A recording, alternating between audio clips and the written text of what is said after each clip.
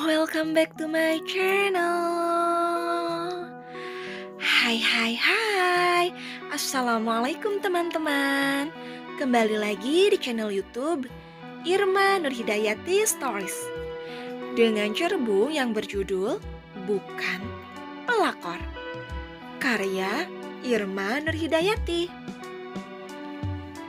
Jangan lupa untuk terus dukung channel ini dengan cara share, komen, subscribe, like, dan nyalakan tombol loncengnya ya.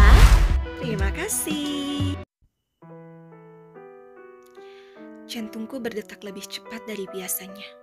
Tak dibungkiri, aku merasa nyaman berada di pelukan Mas Danis. Namun aku pun takut kalau itu semua malah akan membawaku pada perasaan yang lebih dalam lagi. Lepaskan, Mas. Tidak usah berpura-pura mencintaiku. Aku tahu, sampai kapanpun rasa itu tak akan pernah ada di hatimu. Aku jauh dari wanita kriteriamu. Jadi tidak mungkin rasa cinta itu ada untukku. Mungkin perpisahan adalah cara terbaik demi sebuah kewarasan. Percayalah, Bahana akan jauh lebih tenang dan bahagia dengan pilihan kita. Daripada bersama tetapi saling tersakiti. Insya Allah, aku ikhlas kamu talak, Mas. Ucapku seraya mencoba melepaskan diri dari pelukan Mas Danis. Mas Danis mengunci bibirku dengan jari telunjuknya. Kenapa selalu itu yang ada di pikiranmu? Dari awal, hubungan kita memang tidak baik. Aku tahu itu. Namun, apakah tidak ada sedikit pun di pikiranmu untuk mencari solusi penyelesaian yang baik dari permasalahan ini? Aku benar-benar mencintaimu, Naura. Kupikir dengan kepergianmu aku akan bahagia. Namun ternyata hidupku malah terasa hampa. Kembalilah ke rumah. Kita perbaiki semua dari nol. Aku janji akan memperbaiki semua. Aku tak ingin kehilanganmu untuk sekian kalinya. Sebenarnya aku ingin mempercayai ucapan Mas Danis. Namun, entah mengapa di sisi lain aku meragukan perkataannya itu.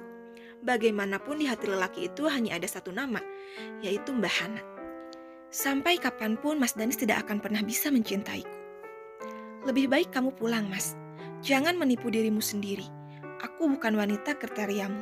Jadi jangan paksakan hatimu untuk menerima dan hidup bersamaku. Aku harus mengatakan dengan cara apa lagi agar membuatmu percaya, Naura? Apa yang kukatakan ini benar-benar tulus dari lubuk hatiku yang terdalam. Apa aku harus terjun dulu dari lantai teratas, baru kamu akan percaya dengan ucapanku? Aku mengembuskan napas kasar. Membuktikan tidak harus dengan cara seperti itu, Mas. Lagi pula sudah ada seseorang yang mengisi hatiku saat ini. Siapa? Marcel kah? Apakah lelaki itu yang sekarang mengisi hatimu? Kalau iya, maka aku tidak akan membiarkan hal itu terjadi. Marcel sama bejatnya denganku. Kalau kamu ingin berpisah denganku, cari seseorang yang lebih baik dariku. Tentu saja bukan Pak Marcel. Lagi pula siapapun lelaki pilihanku nanti, kamu tidak memiliki hak untuk mengomentarinya. Bukan aku tak menghargaimu, tetapi dari awal nikah kita memang tidak sejalan. Dan kamu pun tak pernah menginginkan pernikahan ini, kan? Iya, awalnya aku memang tak menginginkannya. Bahkan aku sangat membencimu. Namun saat ini aku ingin memperbaiki semua. Kumohon, beri aku kesempatan kedua. Hapus perasaanmu untuk lelaki itu, Nah. Aku kembali mengembuskan napas kasar. Jika dilihat dari raut wajah Mas Danis, sepertinya lelaki itu memang serius dan tulus mengatakan itu. Namun entah mengapa aku meragukannya. Tidak bisa, Mas. Dulu waktu Mbak Hana melamarku untuk menjadi istri keduamu, aku sedang memiliki rasa pada seseorang. Masa iya sekarang aku harus menghapus rasa itu hanya untuk kembali padamu? Maaf, hatiku bukan mainan yang dengan sesuka hati bisa Mas Danis mainkan. Jadi, dulu bukan kamu yang membujuk Hana untuk menikah denganku? Pertanyaan macam apa itu? Jadi selama ini Mas Danis salah paham padaku.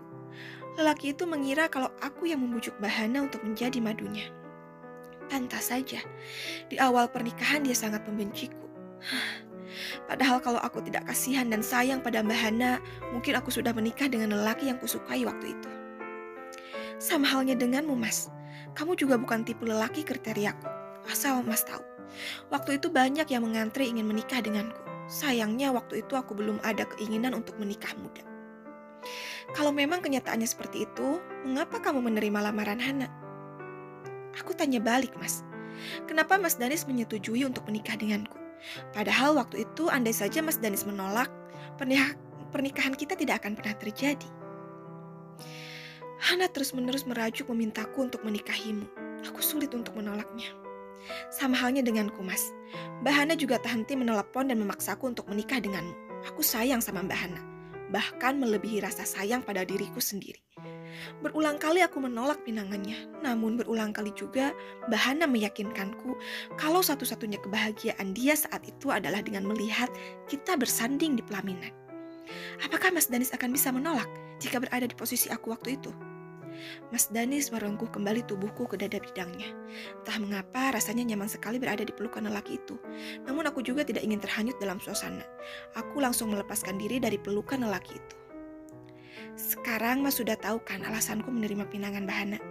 Bukan hanya Mas yang tertekan dalam pernikahan ini, tetapi aku juga merasakan hal yang sama.